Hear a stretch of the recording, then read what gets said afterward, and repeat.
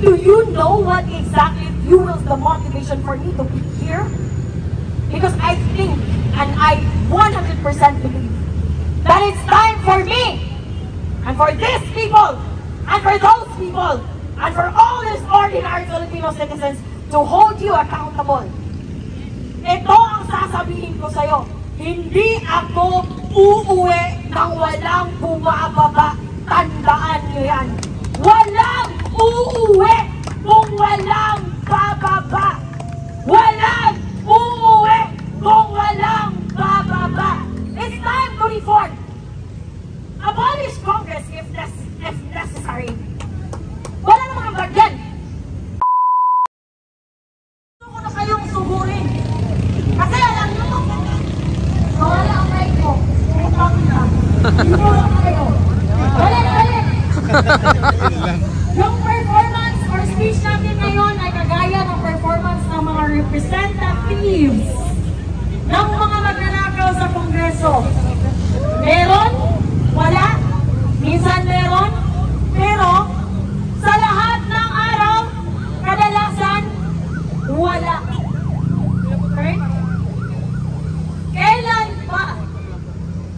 Kailan pa natin babaguhin ang sistema na ang mga taong ito ang kinakain nila, ang mga sasakyan nila, ang mga bahay nila, ang mga pinapaaral nila sa kanilang mga nepo babies, ang ibinibili nila ng mga jewelry sa kanilang mga nepo mistresses ay galing sa taxes, dugo at buhay ng mga Pilipino.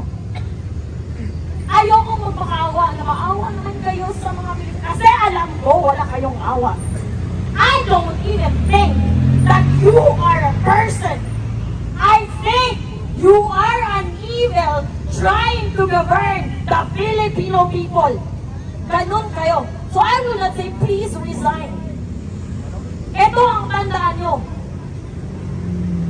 Habang nakikiusap pa kami, bumaba kayo. Dahil sooner rather than later, mind you, hindi na kami makikiusap. Hindi na namin kayo sasabihan. Kakalad ka rin kung kakalad ka rin. Bababuyin kung bababuyin. Bakit? In this generation, we are millennials. We do mirroring. Kung ano yung energy, kung ano yung serbisyo, kung ano yung trato na binibigay nyo sa amin, yan din ang ibabalik namin sa'yo. We are the fucking millennials and we are like that. Sa mga putang yan na nakaupo dyan sa Kongreso, huwag nyong hintayin. Huwag nyong hintayin na ang galit ng taong bayan ay aabot sa sukdulan. Because I'm telling you, I am an ordinary private citizen. But with the amount of rage and anger na feel ko ngayon, I cannot promise I will be a decent person when the time comes. That I can promise you. I cannot promise na kapag aabot sa sukdulan ang kakapalan ng mukha nyo, ang kakapalan ng mga pagmumukha nyo, ang pagkawalang kaganansya. My God! You are not a fucking Gen Z to be a nonchalant person. Mga matatanda na kayo dyan! Putang ina! Except, of course, for Kiko Barzaga. Shout out to Kiko Barzaga. I do not care if you are a kakampi, whatever faction, whatever political intention do you have. It's a big shout out to you. Pero itong mga putang inang ko, gusto kong pangalanan kayo? Isa-isa? Isa-isa. Franz Castro. Girl, bakit ka nandyan? Pumunta ka ng City Hall, wala na ako doon. Nakikipagkamay ka daw sa City Hall. Sana nandun ako nung pumunta ka doon. Ngayon, I'm here. Let's go an eyeball. Franz Castro. Franz fucking Castro. Tapos sasabihin mo naman, hindi disente ang babae yan. Napakatabi ng bibig. You know, napaka-immoral, napaka-indecent na babae. Yes, I'm just giving you the fucking energy. that you are giving to the Philippine people, you do not deserve an ounce of respect. Zero respect. Kasi, girl, mukha mo palang hindi naka-respeto. Wala kang moralidad. Hindi ko nga narinig. Ano bang ginawa mo sa Kongreso? Bobo ka na nga. Underperforming ka na nga. Hindi ka pa maganda, girl. You're not pretty. You're bobo. And you're underperforming. You do not deserve a seat in the Congress. Sasabihin niyo naman, red tagging. So I'm not gonna go into that topic. Alright? Kasi, ang hilig. Akala mo, gusto kong ipatawag sa guard ko. I wanna be there. I wanna face you fucking idiots. I wanna face you. Para sabihin ko sa pagmumukha nyo na hindi kami natutuwa. I understand our feelings, our perception, our opinion does not matter to you. And I know, kasi wala naman kayong ibang gusto, pangarap, at gawain sa araw-araw, kundi ang magnakaw. We are minimum wage earners. Pero feel ko, I'm so fucking rich. Kasi, sponsored ko yung mga lifestyle nyo. Sponsored ko yung mga sasakyan nyo. I'm so proud of myself. I'm a fucking independent woman because I am sponsoring Franz Castro. I am sponsoring Benny Abante. I am sponsoring Martin Romualdez. I am not just sponsoring these fucking politicians, but I'm also sponsoring their relatives, their nepo wives, their nepo babies, and their nepo mistresses. Sana maging South Korea tayo. Just a little bit. Konti lang. Konti lang. Sana maging South Koreans ang mga Pilipino. Kung saan hindi tinotolerate ng mga gay netizens ang mga leader, ang mga public personality na may mga scandal. You know? Pupunta ka sa bundok, magkikidnap ka ng mga bata, tapos uupo ka sa House of Congress as if you're the most moral person in the Philippines. Fuck you. Fuck you. You do not deserve an ounce of respect, Franz Castro. Benny Abante, let me tell you a story. I went viral on TikTok. I was tagging you. I was hoping you would know this. But who am I? I am a nobody. I am a fucking nobody. But here I am now, all the way from Cebu. I just got here today. Because I want to say it to you. Alam ko, nakikinig ka. Putang ina mo, umalis ka sa simbahan dahil ikaw ay isang demonyo. Filipinos, I'm asking you, please, let's have a standard. Let's have the qualifications. Especially for these public officials who run for a public office to serve the public. That statement itself, it should tell you one thing. We, the Filipino people, we are the employers. We are paying them to do their fucking job, and they're doing not just a sloppy job, but an obviously idiotic job. Wala ba kayo mga utak dyan?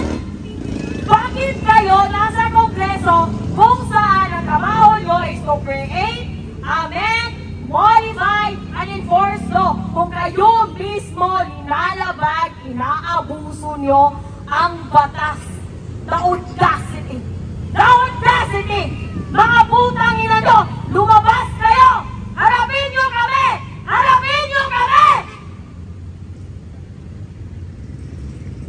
Huwag nyong hintayin. Dahil, sinasabi ko sa inyo, I am coming from a private life. I am coming in Manila as a private person, as a nobody, right? Nobody knows me. Nobody knows what I'm doing. Nobody where I came from, but here I am. And do you know what exactly fuels the motivation for me to be here?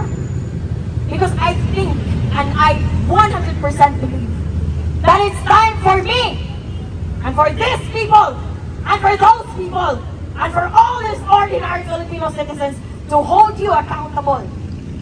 Ito ang sasabihin ko sa'yo. Hindi ako uuwi nang walang bumababa. Tandaan niyo yan. Walang